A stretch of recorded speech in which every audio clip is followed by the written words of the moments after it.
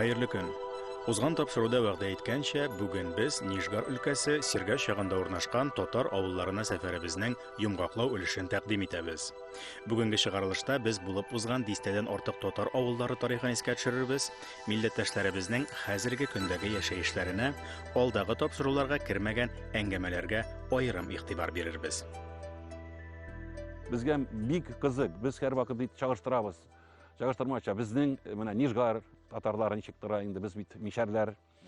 Безгә кызык, ничек икән безнең яктан кайчандыр киткән мишәрләр Чувашта торалар, Чувашиядә. Каян киткән? Кайсы Татар Моклокасыннан менә киткән булганнар 18 гасырда. 18 гасырда күп кеше Татар Моклокас авылыннан киткән булганнар, ярты авылдан күбесе күтәренеп киткән булганнар. Чувашиягә даже Башкортстанга да узганнар. Ул вакытта Чукындыру бит инде булган, менә шул вакытта кайчан инде булган, менә түзәргә калмаган. Халык гаиләләрен алып качканнар Чукындырудан. И менә без очрашканда Шыгырдан халкы белән, Тукай җирлеге халкы белән бездә диалект, сөйләшү әйе. полностью диалект, бөтен диалект менә. Авыллар тарихы буенча гына сорап алыйм. Сез бит инде яттан беләсез бу яктагы авылларны. Бездә игътибар иттек, сөйләмнәр бер-бер аерыла. Казаннан карап торганда инде ул бер-бер мишәрсә инде ул, мишәрсә. Санасак та, ләкин без монда йөрибез, аерыла. Авылларны кустларга бүлеп буламы шулай? Менә бу Була. мондайрак. Була. Во-первых, крупный менә бүленү була, менә Пиана, безнең бит инде бик матур елгабыз, Пиана елгасыга. Пиананың менә без сул ягында, менә безнең Сергәчәрәнең менә бер өлеше, Спас районы татарлары без сул ягында. Аннан Кенәгин районы бар әле. Менә Уразовка районы, Кызыл Октябрь районы, Пильна районы, Сергәчнең теге ягы, алар уң ягында Пиананың. Уң ягында торучыларның диалектлары, хәтта аларда да аерым бар сөйләм инде. Но безнең көчләргә аерыла. Нәк анда бар бездә шундый менә безнең Алимҗан Мустафинович Орлов бар иде. Ул хәзер дә дөньяда улы кеше, бик менә улы ничек әйтергә инде, уважаемый кеше инде. Хәзер, конечно, күзләре күрмәянең, но ул бик зур эшләр башкарды менә шул өйрәнү буенча безнең якларны. Ул әйтә иде, что именно безнең яклар менә күбесенчә Касимов татарлары. Менә Пиананың тиягында часть бар, даже Астрахань татарлары да. Аннан соң, значит, тагын Астрахань татарлары и тагын, ну, Крым татарлары бездә юк. Нугайлардан частично калганнар. Менә шулай дип, мин, конечно, мин ничек историк түгел, мин нәрсә ишеткәнемне генә әйтәмен. Вот шуның белән алабыз. Безнең именно Касимов татарлары монда бу ягында бездә говор бүтәнрәк. Менә Урга авылында да, ул Кенәгин районында безнең менә диалект бер үк, без цокающий и зокающий татарлар. Җил түгел, зил. Зил бездә, зил бездә. Гомумән алганда, Пиана елгасы буенда беренче йомышлы татар авыллары 1361 елларда ук күренә башлый. Йомышлы татарлар башта Мәскәү князьлеге, аннан Рус патшалыгы, аннан Россия империясе чикләрен саклаучы хәрби хезмәттәге катлам. Яхшы хезмәтләре өчен җир, урман белән бүләкләнгән татар авыллары хәрби хезмәт белән генә көн күрмәгән билгеле. 19-20 гасырларда бу як татарлары сәүдә эшләре белән Мәскәү белән Петербургка, Польшага, Финляндиягә кадәр барып җиткәннәр. Революциядән соң читтә төпләнеп калучылары да байтак булган. Әйтергә кирәк, 39-40 елдагы фин сугышында biz аны кышкы сугышта дип тарихта әлдә әйтелә. Качан, значит, там линия Меннергейма, маршал Меннергейм. Башу сугышта фин армиясе ягыннан күпләгән татарлар үзләренең яңа ватаннары өчен сугышалар. Аларны призывать итәләр. Алар уже как бы күрәсен, потому что алар булалар гражданин Финляндии, и алар участвуют итәләр, ул сугышта катнашалар. Бу ничәнче буын татарлар була инде Финляндиядә? Бу Финляндиядагы беренче буын татарлары була дип уйлыйм инде мин. Чөнки алар бит сугыштан соң кайдыр кичкенә балалары, алар белән күчкәннәр, менә шул кичкенә балалары сугышка бит алганнар анда 25-нче елга кадәр, кайдыр 10-11-нче елдан тотынганнар аларга сугышта башлап безнең илдә. Анда да, Финляндиядә да шулайдыр инде. Ben думаю, что вот бала-чагалар, кайсылары үзләренең әти-әниләре белән күчтеләр Финляндиягә. Революциядан соң менә башлар үсеп, призывной возрастка итеп, башыл кешеләр катнаштылар. Мондагы нәселләрнең күчеп йөрү тарихын барлый башласаң, таң каласың. Төп чыгышлары Касыйм, Әстерхан якларыннан булган мишәр татарлар 17нче гасыр ахырына кадәр хәрби хезмәт урыннары булган Пиана буена күченә.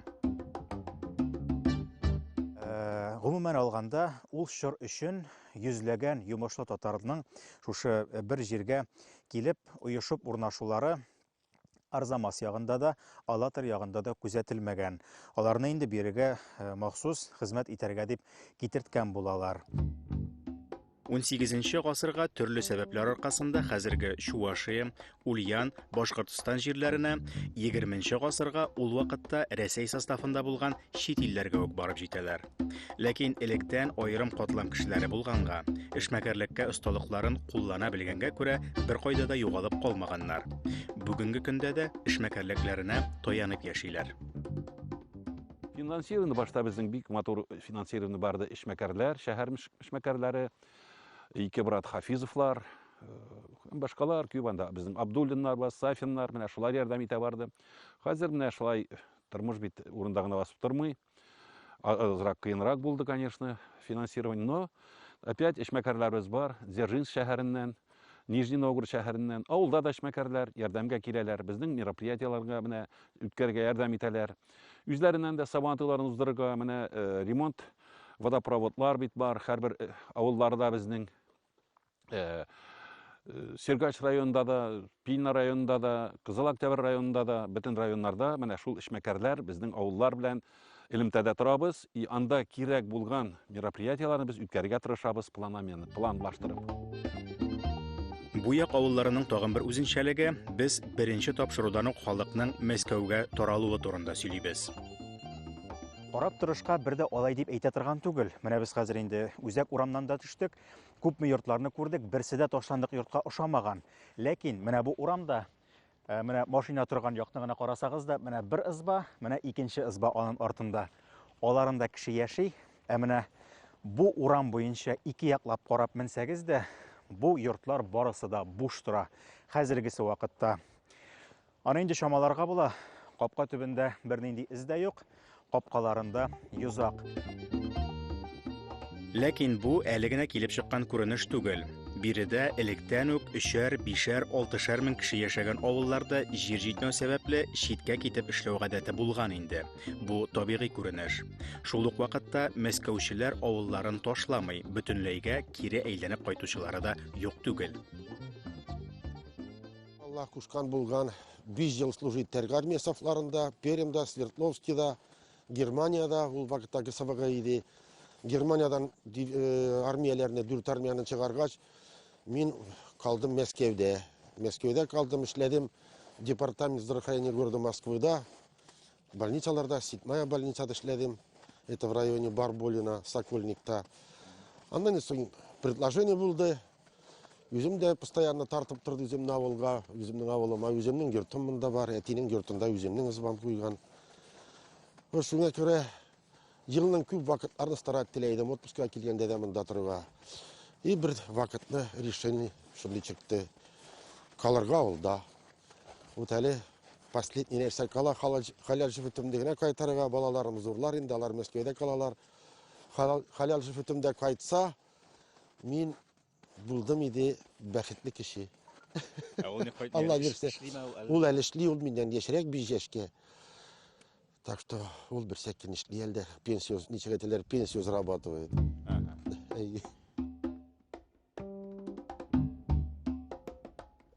Мәскәүдән күчеп кайттым дидегез.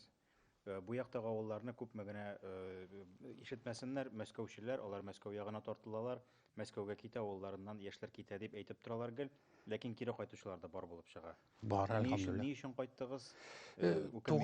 Туган ил ул туган ил, үкенмимен. Бик рәхәтләнеп яшибез. Хәзер авылда, әлхамдулиллах раббил аламин, бөтен тормыш бар, бөтен җайлар бар.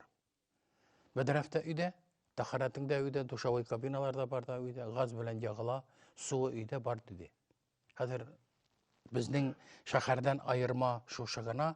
Без үз юлыбызны үзебез күрибез, шәһәрчеләргә анда ялларга хезмәтчеләр күрәбез. Шушы гына айырмасы. Мәскәүчеләр безнең әле активизировались, алар белән эшлибез тоже. Бит без миндә информация бар, что кадр 500-600 меңгә якын татар безнең яклардан чыккан татарлар Мәскәүдә яши хәзер менә. Алар белән кирәк илемтәне тагын яңартырга, ныгытырга кирәк. Анда байрак кешеләр. Ну, авылларда да күрәсез, менә йортлар бит в основном мәскәүчеләр инде бит, алар килеп куялар и яшиләр бит килеп. Аннан соң пенсияга чыгалар, авылга кайталар. Ул да бит зур, то есть зур эш. Авылларыбыз, самое главное, саклансыннар иде. Әйбәт чын-чынлап салынган йортлар булар. Авылдан китәргә уйлаган кеше, Мәскәүгә чыгып китәм дип уйлаган кеше бер кайчан да авылда шуның кадәр акча түгеп булай дип йорт салып ятмый. Замана үзгәрә. Замана үзгәрү сәбәпле кеше эш эзли, яхшырак тормыш эзли, җайлырак тормыш эзли. Шуңа күрә китми хәлләре дә юк яшьләрнең. Бу очракта инде аларга бернинди дә теге сорау билгесе куярга кирәкми дип саныйм мин.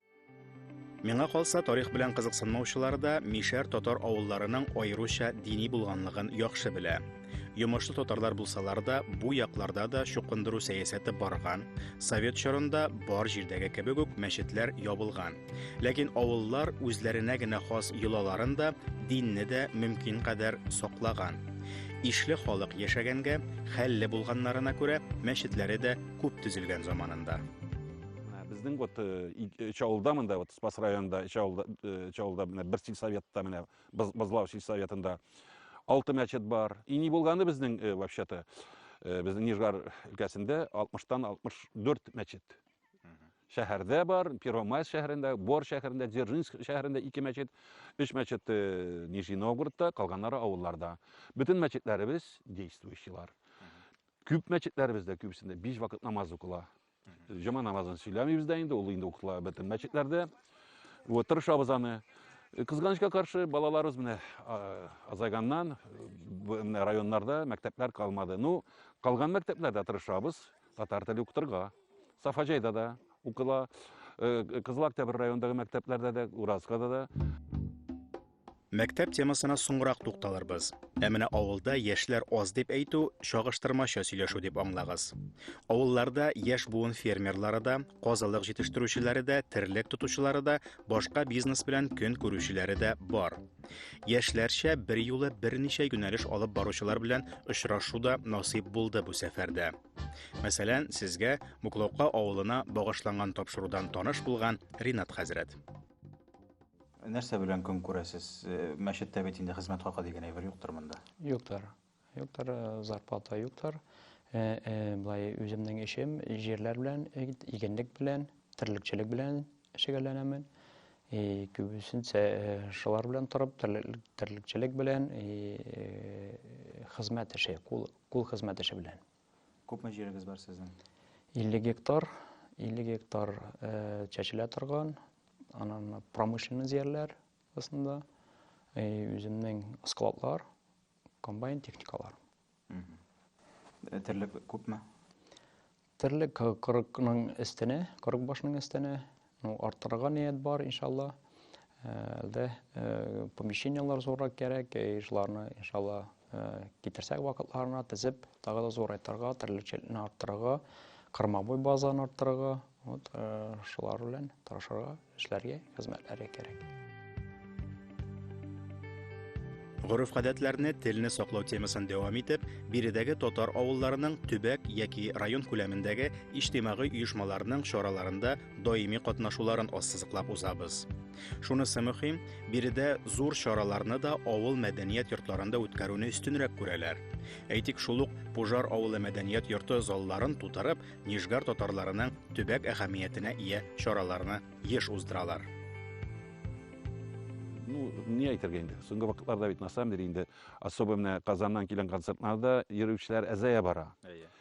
Или без инде Казанны күрәбез, көндә Казанның передачаларын телевидение жатан ваша, между прочим, яхшы передачалар практически һәрбер йортта менә күренә, һәрбер йортта антенна бар, Казанны күрәбез. И менә шул чараларны инде шул үткәргә тырышабыз, чтобы при большой явке. Иногда була кайсы артистлар да кайтып китәләр, заллар толы булмый, ярты залда булмый. Ә без тырышабыз бу мероприятиеләрне үткәрергә инде. Аннан соң без бит менә чыгарабыз Нижгар татарлары журналын. Берсәк авыррак булды аз гына, конечно, бу елларны вот калган 2 елны да, даже 1 елны гына. Но бу елгы елны хотя бы 2 номер чыгара тырышабыз. Материаллар җыштырабыз. Опять үзебезнең кешеләр турында властьлар белән үткәрәбез тоже встречалар власть Нижегородской области белән, Казанның конгресс белән бик нык элемтәдә торабыз. Менә шулай тырышабыз, менә Казанда нинди эшләр, нинди программалар, нинди чаралар күрелә, без тоже аннан калмаска тырышабыз. Журналдан тыш Сергачның үзендә чыгарылучы Туган як гәҗите редакциясе белән дә таныштык бу сәфәрдә. Гәҗит 1990 елдан бирле чыга. Ул оештырылган вакытта Казаннан татар шрифтлары кайтарылу, редакциягә бина, машина юнәтү, беренче грант оту вакыйгалары аерым бер тарих. Бүгенге көндә Туган як артык зур гәҗит булмаса да, милләт яңалыкларын яктыртучы әһәмиятле басма булып тора. Бүгенге көнгә безнең 2700 басма тиражыбыз. Шуңа өстәп әйтергә мөмкин, 200 өстенә электрон версиябызны алдыралар өлкән читтә яшәүче якташларыбыз. Ул ничек итеп китә электрон версия? Электрон версия безнең газет чыккан көнне җомга иртәсендәк электронный почта һәрберсенең адресатына, электрон адресына бара безнең полный комплект электронный версияда газетабыз 12 битлек. Шул исәптә Финляндиягә, Украинага и АКШның Калифорния штатына. Анда безнең бер Чүмбә Мучалилы ханыбыз яши. Ул безнең газетны беренче саннан бирле алдыра. Әле күчте электронный версиягә. Аларга җиңелрәк. Шулай Финляндиядәге якташларыбыз да электронный версиябызны алдыралар. Әлбәттә, бар да яхшы, бар да күркәм дип кенә биредәге татар авылларының яшәешен бер яклы гына күрсәтү дөрес булмас иде. Авыллар зур, әмма аларда халык саны кими. Балалар кимү оптимизация сәбәпле ябылган мәктәпләр дә юк түгел. Ләкин сакланып калганнарын мөмкин кадәр заманчалаштырырга, шул ук вакытта аларда милли компонентны саклап калырга тырышалар биредә. Һәм бу эшне төбәкнең башка милләт вәкилләре дә кабул итеп, килешеп эшли белә. Вы сами с какого селения? Спасская. Спасская. Это райцентр? Это райцентр. Вы коренной житель этого района? Да. Как вы оказались в татарском селе? Ну, скажем так, если говорить предысторию, сначала я работал в Русском Маклакове, то есть это населенный пункт недалеко от Татарского, то есть это где-то около 2 километров. Вот. Школу там закрыли, и я устроился сюда. Сначала по совместительству преподавал уроки информатики вместо ушедшего на пенсию учителя информатики, а потом и на постоянную работу.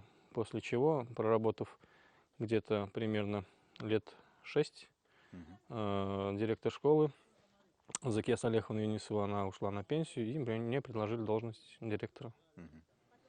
И как вам с родителями, мишарами, так скажем? Отлично. Отлично. Ну, сами родители и, в принципе, жители даже от села Татарского, Маклакова, да и других населенных пунктов, они очень хорошие, доброжелательные, общительные, идущие навстречу и помогающие во всем. Вы ездите в другие города, Казань, например? Да. С татарами там общались? Конечно. Можете какие-то отличия вывести, сравнить татары, которые живут здесь, в Нижегородской области, и казанские, например? Ну, скажем так, наши добрее. Наши лучше.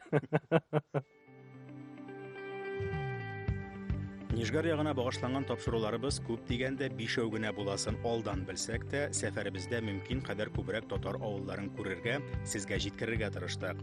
Шулай булмаска, Хайдар Бигишевның туган авылы Шүмбәлине яки Рәшит Вагаповның туган авылы Актукны ничек әйләнеп узарга мөмкин? Әйе, без легендар җырчыларыбызның туган йортларын күрә алмадык, алар сакланмаган. Әмма бу як халкы кайда булса да, алар белән бәйле тарихны бик кадерләп саклый. Бу авылның якташыбыз Рифат Фаттахов, аны беләсез шәй.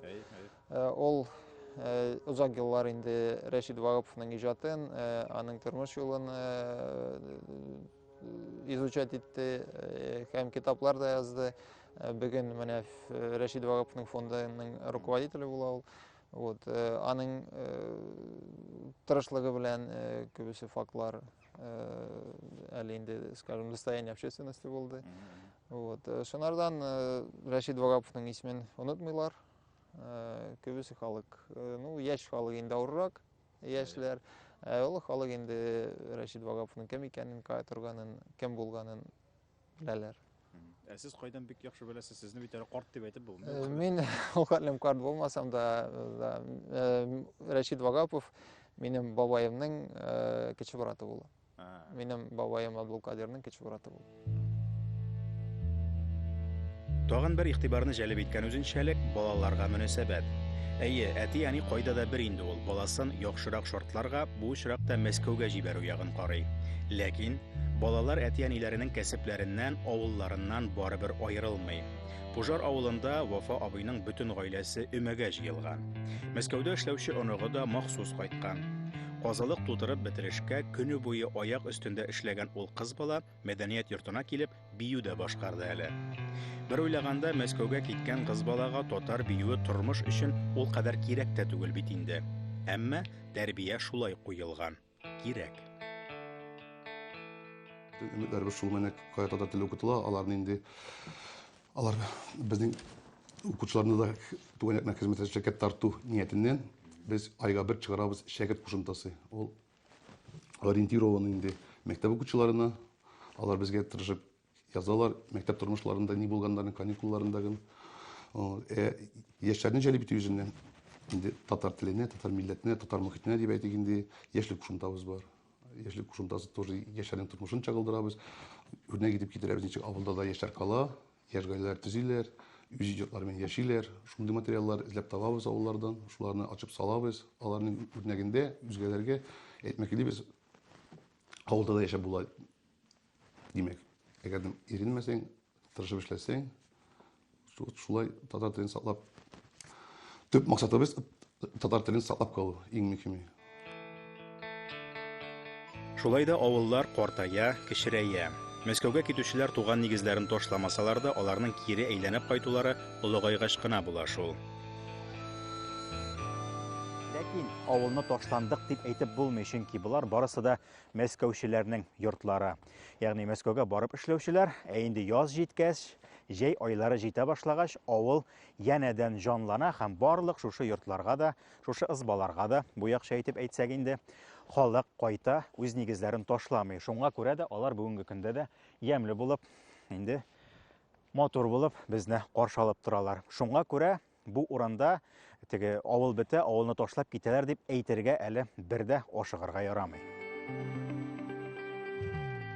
Биредә генә түгел, бөтен илдә шундый күренеш. Заманасы шундый әлегә. Бәлкем бу изоляцияләр беткәч, җиргә кайтырга кирәк дип сөйләгән җитәкчеләр авылларга хәзергедән күбрәк мөмкинлек, күбрәк шартлар бирерләр, Алла бирсә. Татар халкы бит ул кайда булса да булдырабыз дип эшли, яшибез дип яши белә. Бераз күтәреп җибәрү генә кирәк. Әлеге вакытта бәлкем өлгереп тә була торгандыр. Хәзер чәчү башлана, печән үсте була. Уборка вакытлары, андый вакытта мәчет белән ике арада йөрүләр ничек? Юк, алхамдулилlah, өлгерәбез, уразаларда да уразаны тотып өлгерәбез, хезмәтне дә эшлибез, алхамдулилlah. Наоборот, Рамазан айында ураза тотканда күбрәк хәрәкәт тотына, күбрәк эшләргә, алхамдулилlah, Аллаһ Тәала көч куәтен бирә, хезмәтебез дә уңышлы була. Алхамдулилlah, шәкер, шундый уңышлы. Курка идек, куркып тора идек, яй вакытлары озын Рамазан айында, ничек печән чагында, ничек тракторлар içində, комбайн içindəmi утырып. Алхамдулилlah, шәкер, Аллаһ Тәала һәр вакытта зиңеллеген бирә. Зиңеллеген шул тәтлек бирә, күренмәй ләкин үтеп китә. Бүгенгә сезнең белән уртаклашасы килгән әңгәмәләр шушы булды. Нижгар сәфәрен йомгаклап, әлеге эштәлекле экспедицияны оештырган Рамил әфәндегә, аның барлык фикердәшләренә, Халид Мөхәммәтовичка, Рафат абыйга һәм әлбәттә Гүләгә олы рәхмәтебезне җиткерәбез. Аптырамагыз, безгә Гөлнара ханымга шулай дип дәшергә рөхсәт. Ну, ничек әйтим инде, бездә просто Гульнара, Güzel, шылай кыскартып инде әйтәләр Гуля диеп. Үз күрепме дiyeyim инде шылай әйтим, наверное, скорее всего, үз күреп әйтәләр инде Гуля диеп. Әле инде ятрак кешеләр алай әйтми, например, исемең, отчествоң белән әйтәләр, или исемеңне генә әйтәләр. Үз күргән кешеләр инде, якын кешеләр Гуля диеп әйтәләр. Әлегә менә шулар алга таба тагын да кызыклырак сәфәрләрдә очрашканга кадәр.